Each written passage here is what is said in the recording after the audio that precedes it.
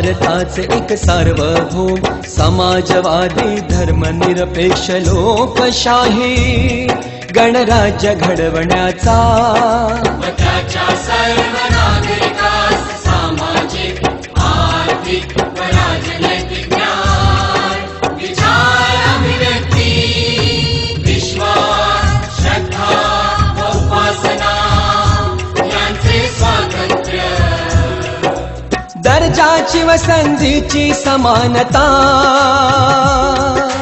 निश्चितपणे प्राप्त करून देण्याचा आणि त्या सर्वांमध्ये व्यक्तीची प्रतिष्ठा व राष्ट्राची एकता दिनाच्या जनजागृती निमित्ताने हा आठवडाभरचा जो उपक्रम आहे, या उपक्रमाच्या अंतर्गत आज गावामध्ये वेगवेगळ्या चौकांमध्ये संविधानाच्या जनजागृतीविषयी पथनाट्य सादर केले.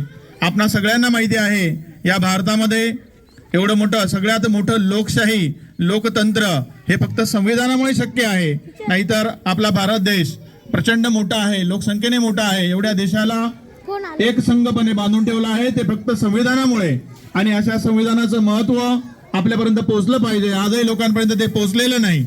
आपल्याला फक्त आपले अधिकार कळतात, हक्क कळतात, परंतु हे संविधान जे आहे, या संविधानाने आपल्याला काय काय दिलं आहे, या गोष्टींची जागृती व्हावी, हे आपल्याला कळावं, यासाठी आम्ही हे नाटक विद्यार्थ्यांमार्फत आपल्यापर्यंत घेऊन आलो आहोत.